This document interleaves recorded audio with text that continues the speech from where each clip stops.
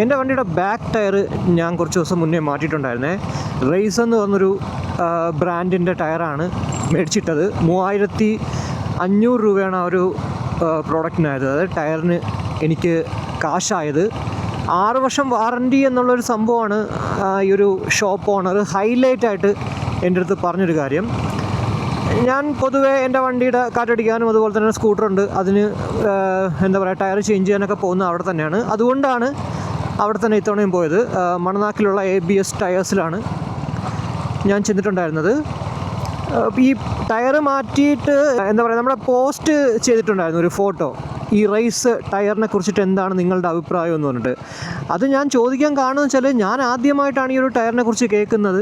കൂടാതെ അവിടുത്തെ ഓണർ പുള്ളി പറഞ്ഞതെന്ന് വെച്ച് കഴിഞ്ഞാൽ ബ്രോ നല്ല ടയറാണ്, സൂപ്പർ ബൈക്കിന് സഹിതം ഇടുന്ന ടയറാണ്, പിന്നെ എന്തുകൊണ്ട് ഇതിനകത്ത് ഇട്ടുകൂടാ എന്നുള്ളൊരു ക്വസ്റ്റ്യൻ വന്നപ്പോൾ ഞാൻ വിചാരിച്ചു ശരി എന്നാൽ പിന്നെ അത് തന്നെ ചെയ്യാമെന്ന് വിചാരിച്ചു.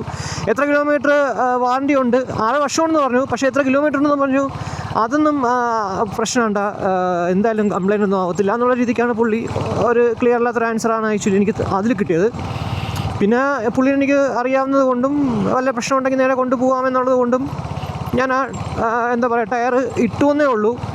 അല്ലാണ്ട് ഒരിക്കലും ഒരു പ്രൊമോഷനോ അല്ലെങ്കിൽ എനിക്ക് കാശ് കിട്ടിയിട്ടോ അല്ല ഞാനിത് ഇട്ടത്. പലരും ഞാൻ ഈ പോസ്റ്റ് ഇട്ടതിനകത്ത് കമൻ്റ് ഇടുന്നുണ്ടായിരുന്നു, ഒന്നെങ്കിൽ ഈ ഒരു റൈസ് എന്ന് പറഞ്ഞ ബ്രാൻഡിൻ്റെ പ്രൊമോട്ടർ ആയിരിക്കും, അല്ലെങ്കിൽ കാശ് മേടിച്ചിട്ട് ചെയ്യുന്നൊരു അല്ലെങ്കിൽ ഇട്ട പോസ്റ്റ് ആയിരിക്കും എന്നുള്ളത്.